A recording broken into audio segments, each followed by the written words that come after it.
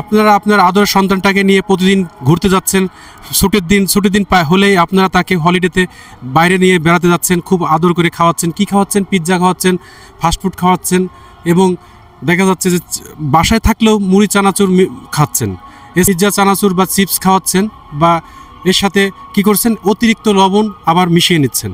আপনি কি জানেন আপনারা টাকা দিয়ে দুঃখ কিনছেন আপনার সন্তানের জন্য, বা আপনার পরিবারের জন্য, বা আপনার নিজের জন্য? কারণ আপনি নিজেও জানেন না যে কিডনি 40% ড্যামেজ হয়ে গেলেও আপনি টের পাবেন না আপনার কিডনিটা ড্যামেজ হয়েছে। যেদিন আপনার কিডনি ড্যামেজ হবে ওই দিনকে রাত্রে আপনার ঘরে নক করবে টাক করে যে আমি শেষ, আমাকে এখন ডাক্তারের কাছে ইমার্জেন্সি যেতে হবে। তাই আমি চাই না আপনাদের এটা হোক, বা এটা এখন যদি আপনি দেখেন চারিপাশে তাকিয়ে দেখবেন যে কিডনির প্রবলেম অনেক। আপনি আবার অনেকে বলে অতিরিক্ত পানি খাওয়ার জন্য সকালে খালি পেটে পানি খেলে কিডনি ভালো থাকে। এটা ঠিক না, এটা মিথ্যা কথা। আপনি যত পানি খাবেন খালি পেটে, যত লিটার পানি খাচ্ছেন, আপনি কি জানেন আপনার পানির অ্যাবজর্ব করার ক্ষমতা আপনার কিডনির আছে কিনা? আপনি কিডনি সারাদিন সেই কাজটাই করতে হবে কিনা? কারণ আপনার শরীরে যদি ক্রিয়েটিনিন যদি বেড়ে যায় তাহলে আপনি দেখতে পারবেন যে আপনার কিডনির সমস্যা হয়েছে। আর এই ক্রিয়েটিনিন পরীক্ষা করলে আপনি অবশ্যই ক্রিয়েটিনিনটা আমি বলবো অনেকে 1.02 রাখে, আসলে না। ক্রিয়েটিনিন সবসময় 1-1-এর নিচে থাকলে সবচেয়ে ভালো আপনার শরীরের জন্য। এই ক্রিয়েটিনিন কিন্তু আপনি ব্লাড থেকে সৃষ্টি হয় না, এটা আপনার মাসল বা আদার্স যে এনজাইমগুলো খাবার পরে হয় সেগুলো আস্তে আস্তে ধরা পড়ে। কিন্তু এটা যখন হয় তখন আপনি অতিরিক্ত মিট বা অতিরিক্ত মশলা জাতীয় খাবার বা অতিরিক্ত লবণ জাতীয় খাবার বা অতিরিক্ত ফ্যাট জাতীয় খাবার যখন আপনি খাচ্ছেন, ফ্যাট কার্বোহাইড্রেট যখন বেশি খাচ্ছেন, তখন কিন্তু ক্রিয়েটিনিন মাত্রা বেড়ে যায়। আর এই ক্রিয়েটিনিন মাত্রা দেখেই কিন্তু ডাক্তার নির্ধারণ করে আপনার কিডনি ড্যামেজ হয়েছে। তাই আপনাকে কি করতে হবে? এটাকে আপনি থিঙ্কিং করতে হবে। 1960 সালে যখন জাপানিরা দেখে যারা খাবারে প্রচুর লবণ খেত, তখন তাদের কিন্তু কিডনি সমস্যা, তখন দেখা গেছে ক্রিয়েটিনিন মাত্রা থাকতো 20-এ, এবং তাদের এই কিডনির প্রবলেম থাকতো 20%, 30% পর্যন্ত। যখন তারা লবণের মাত্রা কমাতে লাগলো, কারণ লবণ একসময় জাপানিকে হাই সোসাইটি একটা অনার হিসেবে মনে করতো, তখন তারা স্যালারিকে লবণ হিসেবে নিত। এক কথা সল্টকে লবণ নিত, সল্টকে স্যালারি হিসেবে। তখন থেকে কিন্তু স্যালারিটা আসছে শব্দটা, এটা একটু মাইন্ডে আপনার ধরে রাখেন যে স্যালারি শব্দটা কেমনে আসছে। সল্ট থেকে কিন্তু স্যালারি শব্দটা আসছে। সেই জাপানিরা প্রত্যেকটা খাবারে লবণ খুব খেত, তারা প্রিজারভেটিভ খাবার খেত, তারা শুকনা খাবারটা বেশি খেত, এবং যেমন শুটকি মাছ বা এই ধরনের খাবারে প্রত্যেকটা লবণ থাকে। এবং তারা পরবর্তীতে এখন কি করে, তাদের সেই সমস্যা তখন দেখা গেল যে লবণ থেকে তাদের ক্রিয়েটিনের মাত্রা বেড়ে যাচ্ছে, ইউরিক অ্যাসিডের মাত্রা বেড়ে যাচ্ছে।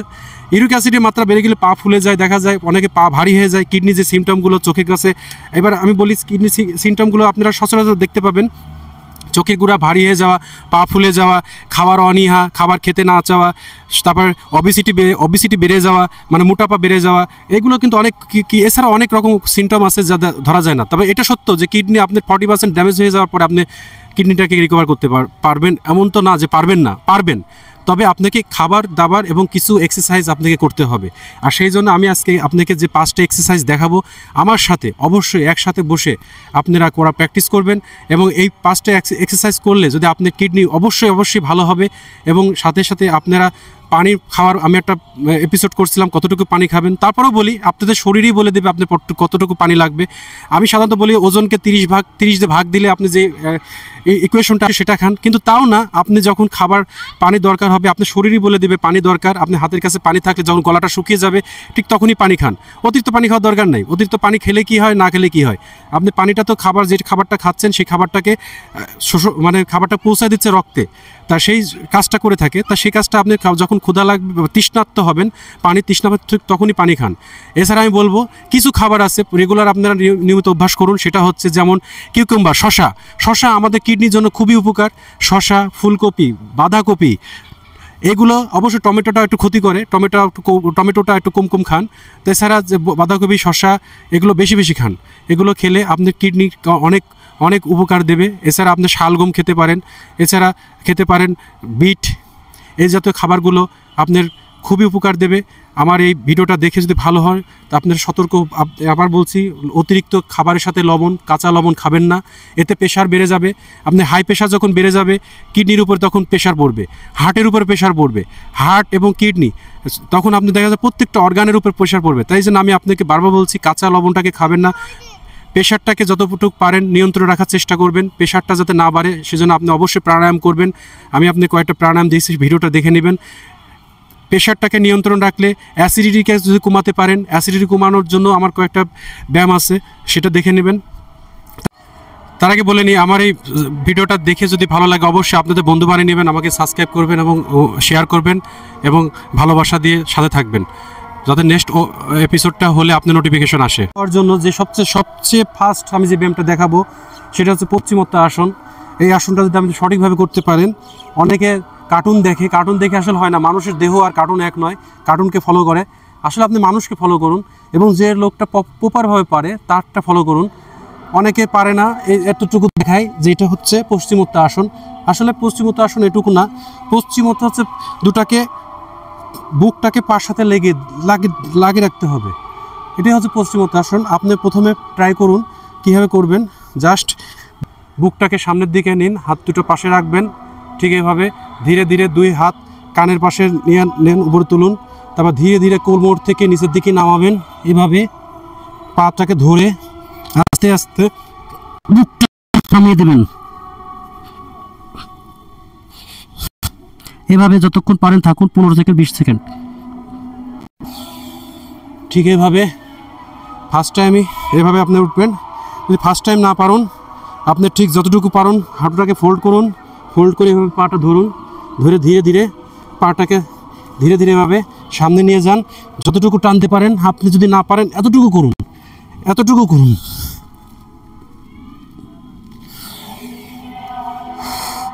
কিডনি ভালো করার জন্য এর চেয়ে ভালো ব্যায়াম আর নাই। এটা হচ্ছে 1 নাম্বার। সেকেন্ড যে ব্যায়ামটা আপনাদের দেখাবো সেটা হচ্ছে বদ্ধকোণ বলে বাংলায়, কিন্তু সেটা ইংলিশে বলে বাটারফ্লাই করতে হবে। এটা খুবই আপনার কিডনির জন্য এবং ইউরিন তন্ত্রের জন্য খুবই ভালো। এভাবে পা দুটোকে ভাঁজ করে আপনি প্রাইভেট এরিয়ার কাছে যতটুকু পারেন নিয়ে আসবেন, নিয়ে আসে ঠিক এভাবে ধরবেন। ঠিক এইভাবে আপনি ইন্টারলক করুন, 2 হাতের করে ধরুন, ধরে বুকটাকে সোজা করুন, ঠিক এইভাবে করুন, এভাবে বাটারফ্লাইটা করুন। কিডনির সমস্যার জন্য এর চেয়ে ভালো ব্যায়াম আপনি কি আর দিতে পারবে না। সেকেন্ড এটা ঠিক এভাবে আপনি যতক্ষণ পারেন আপনি যদি 1 থেকে 5 মিনিট পারেন খুবই ভালো। এই ব্যায়ামটা না পারলে প্রতিদিন অন্তত 30 সেকেন্ড করুন, আপনার এতে পেলভিক এরিয়াটা ওপেন হয়ে যাবে। ঠিক থার্ড যেটা আমি দেখাবো, যেটা ব্রিজ পোজটা ঠিক আপনাকে শুয়ে পড়তে হবে। শুয়ে পড়ে পা দুটাকে সামনে নিয়ে আসতে হবে এবং আপনার কোমরটাকে উপরে তুলুন, এইভাবে পাটাকে সামনে রাখুন, হাতটাকে নিয়ে ভিতর থেকে টান মারুন।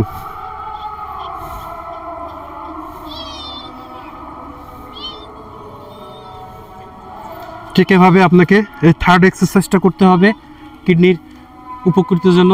এটা অবশ্যই আপনি করবেন, তারপর রিল্যাক্স যাবেন। এভাবে 3 বার করে করতে হবে, আমি 1 বার করে দেখিয়ে দিলাম। ফোর্থ যেটা দেখাতে যাচ্ছি সেটা হচ্ছে নৌকাসন বা বোট পোজ। ঠিক এইরকম শুয়ে থাকবেন মাটি থেকে উঠে, ঠিক এইভাবে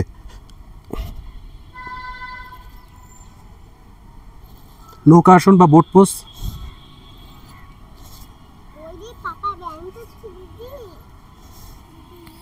আবার একটু রিল্যাক্সে থাকবেন।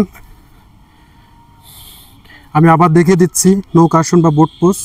দেখুন পা দুটোকে উপর তুলবেন, ধীরে ধীরে যতটুকু পারেন আপনি সামনের দিকে রাখবেন এইভাবে।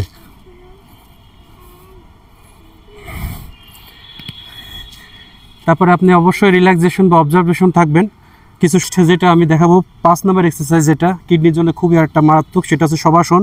শবা অর্থ মৃত্যু মানে মরা দেহ, মরার মতো পড়ে থাকা। 2 পাশে হাত দুটো রাখবেন, শুধু শ্বাস প্রশ্বাসের দিক নিঃশ্বাস রাখবেন। আপনি কত সময় ধরে শ্বাস নিচ্ছেন, কত সময় ধরে শ্বাস ছাড়ছেন, এটাই হচ্ছে আপনার কাজ। অবজারভেশন করুন ঠিক এইভাবে 2-3 মিনিট, দেখবেন আপনার কিডনি যে প্রবলেম ছিল সেটা দূর হতে শুরু করেছে। অতিরিক্ত খাবারের সাথে কাঁচা লবণ খাবেন না, এতে প্রেশার বেড়ে যাবে। আপনি হাই প্রেশার যখন বেড়ে যাবে কিডনির উপর তখন প্রেশার পড়বে, হার্টের উপরে প্রেশার পড়বে, হার্ট এবং কিডনি, তখন আপনি দেখা যায় প্রত্যেকটা অর্গানের উপর প্রেশার পড়বে। তাই জন্য আমি আপনাকে বারবার বলছি কাঁচা লবণটাকে খাবেন না। প্রেশারটাকে যতটুকু পারেন নিয়ন্ত্রণে রাখার চেষ্টা করবেন, প্রেশারটা যাতে না বাড়ে সেজন্য আপনি অবশ্যই প্রাণায়াম করবেন।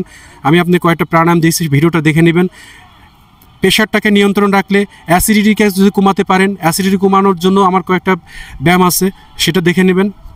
তাই বলছি, এগুলো যদি আপনাকে নিয়ন্ত্রণ রাখতে পারেন তাহলে অবশ্যই আপনি আমার সাথে থাকবেন এবং আমার ভিডিওগুলো দেখবেন, আমাকে সাবস্ক্রাইব করবেন, এবং আপনাদের অনেক ভালোবাসা পাচ্ছি আমি। এই ভালোবাসা যেন সবসময় থাকে। আপনাদেরকে এই কিডনির প্রবলেম, কিডনি এপিসোডটা দেখার জন্য অনেক ধন্যবাদ।